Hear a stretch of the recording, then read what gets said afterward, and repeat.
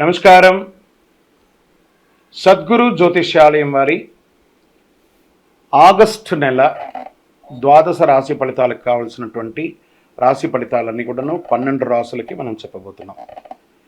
మరి జాతకం అనేది ఈ మధ్య కాలంలో ఒక నిత్య జీవితంలో ఒక దినచర్యగా మారిపోయింది. జాతకం తెలుసుకోవాలా, తెలుసుకోకూడదా, అసలు ఎందుకు జాతకం? ప్రతి ఒక్కరికి నాకు ఉద్యోగం బాగుంటుందా, వ్యాపారం బాగుంటుందా, లేదా నా జీవితం బాగుంటుందా, నా ఆరోగ్యం బాగుంటుందా, నాకు కొత్త ఉద్యోగం వస్తుందా, వివాహం అవుతుందా, ఇలాంటి కన్ఫ్యూషన్స్తో చాలామందికి చాలా రకాలైనటువంటి సమస్యలతో జాతకం తెలుసుకోవాలనుకుంటున్నారు. మరి మన యొక్క ఛానల్ ద్వారా చూస్తున్నటువంటి ప్రేక్షక మిత్రులారా, వాస్తవానికి మీరు చాలా చక్కగా అందరూ కూడా చూస్తున్నారు.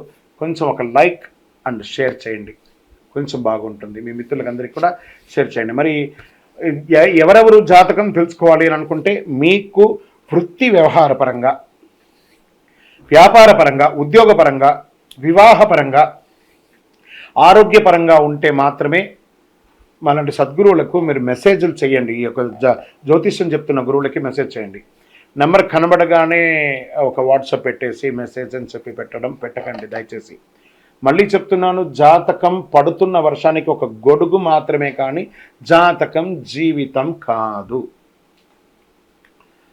జాతకం జీవితం కాదు. మీరు తెలుసుకోవాలనుకున్నటువంటి యొక్క జాతకాన్ని మీ యొక్క date of birth, time of birth, place of birth WhatsApp ద్వారా లేదా మీ పరిసర ప్రాంతాల్లో ఉన్నటువంటి గురువుల్ని సంప్రదించి వారి ద్వారా జాతకం తెలుసుకోండి. లేదా మా ద్వారా తెలుసుకోవాలనుకుంటున్నారా, మీ యొక్క వాట్సాప్లో వివరాలు పెట్టండి, కాల్ చేయకండి. వాట్సాప్లో వివరాలు పెట్టండి. మళ్ళీ చెప్తున్నది ఉచిత సర్వీస్ మాత్రం కాదు. ఏ గురువు దగ్గరికి పోయినా ఉచితంగా జాతకం చెప్పండి అని అడగండి. వారికి గురుదక్షిణ ఇచ్చి మరీ జాతకం చెప్పించుకోండి. దానికి సిద్ధంగా ఉంటేనే వాట్సాప్ చేయాలి. ఈ యొక్క ఆగస్టు నెల అంతా కూడాను పండగ వాతావరణం. ఎక్కడ చూసినా ఇప్పటివరకు కొన్ని బోనాలు అవుతున్నాయి, ఇంకా కొన్ని చోట బోనాలు అవుతూనే ఉన్నాయి. వరలక్ష్మి వ్రతం వస్తుంది, రాఖీ పౌర్ణమి వస్తుంది, శ్రీకృష్ణ జన్మాష్టమి వస్తుంది.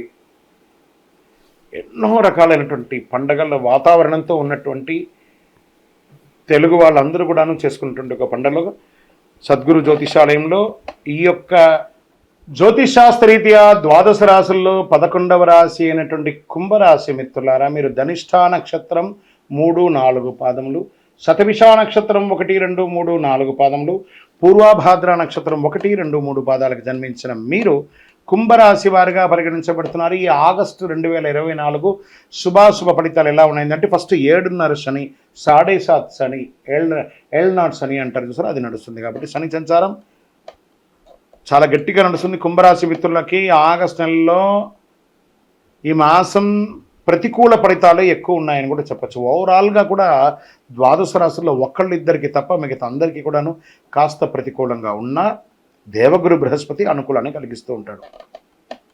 కుజుడు 4వ ఇంట్లో కూర్చొని దేవగురు బృహస్పతితో పాటు 10వ ఇంట్లో ఉంటాడు. 2వ ఇంట్లో రాహు ఉండడం, 8వ ఇంట్లో కేతు. కుంభరాశి వారికి ఈ నెల మొదటి సగం చాలా అనుకూలంగా ఉంటుంది.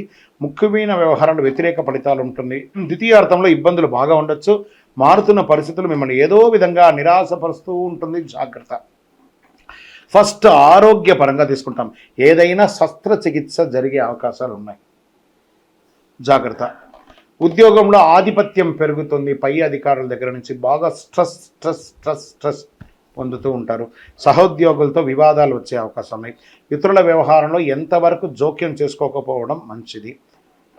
సమస్యలు ఎదురవుతూ ఉంటాయి. లేదా మీ యొక్క పాస్పోర్ట్స్, లేకపోతే మీ ఆధార్, ప్యాన్, లేకపోతే ఎలక్ట్రిసిటీ బిల్, వాటర్ బిల్ ఇవన్నీ కట్టేటప్పుడు ఏదో ఒక రకమైనటువంటి ఇబ్బందులు, దాని ద్వారా కూడా మీరు ఇబ్బందులు పడే అవకాశం ఉంది. జాగ్రత్త.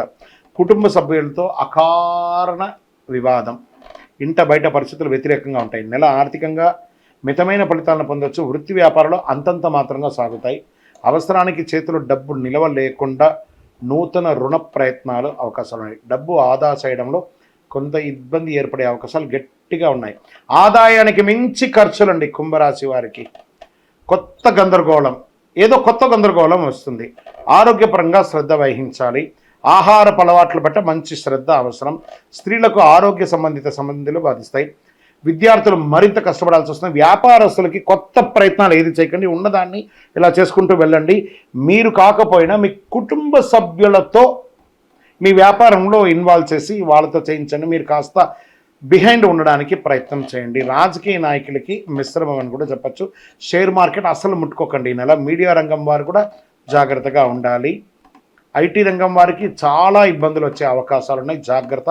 విదేశాల్లో ఉన్నవాళ్ళు స్వదేశానికి రావడానికి ప్రయత్నం చేస్తున్న వాళ్ళకి ఇది ఒక అవకాశం. వివాహం కాని వారికి కాస్త యోగకాలం అని చెప్పచ్చు. ఈ యొక్క రీసెర్చ్ చేస్తున్నటువంటి వారు, సర్వీస్ ఓరియంటెడ్లో ఉన్నటువంటి ఉద్యోగస్తులు, బ్యాంకింగ్ సెక్టార్లో ఉన్నవాళ్ళు, వీళ్ళకందరికీ కూడా ఉంటుంది. మీరు ఏదైనా పర్మిషన్స్, మీ ఇల్లు గృహం యొక్క పర్మిషన్స్, ల్యాండ్ పర్మిషన్స్ అవన్నీ తీసుకొని ఇవన్నీ కూడా పోస్ట్పోన్ అయ్యే అవకాశాలు కూడా కొన్ని ఉంటాయి. ఇవన్నీ కూడా చలాన్స్ కట్టే అవకాశాలు, కోర్టు వ్యవహారాలు మీకు వ్యతిరేకంగా వస్తున్నాయి. ఈ నెల కొంచెం జాగ్రత్తగా ఉండడం చాలా మంచిది. నవగ్రహ కవచాన్ని, నవగ్రహ ఆరాధన చేయండి, నవగ్రహానికి ప్రదక్షిణం చేయండి, శని భగవాన్ని ప్రార్థన చేయండి. ఆయనని సంపన్నం చేసుకోక తప్పదండి మీరు. ఎందుకంటే శని 7:30 శని ఉచ్చ స్థితిలో కూర్చొని ఉన్నారు. చాలా జాగ్రత్తగా మీ మాట, మీ నాలుక మీద శని భగవానుడు కూర్చున్నాడు. అప్పుడు ఏం చేయాలి?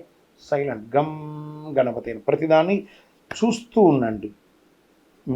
మీకు ఎలా ఉంటుందంటే అప్పుడప్పుడు మీరు వ్యంగ్యంగా మాట్లాడుతుంటారు. ఆ వ్యంగ్యం మాట్లాడడం అవతల వాళ్ళని చాలా బాధపరుస్తూ ఉంటుంది. దాన్ని కూడా కంట్రోల్ చేయండి. ఆహారం కంట్రోల్గా ఉండాలి, తప్పదు. కోపం వచ్చినప్పుడు ఎక్కువ తినేస్తారు. అవతల వాళ్ళ మీద కోపాన్ని మీరు ఆహారం మీద చూపిస్తారు.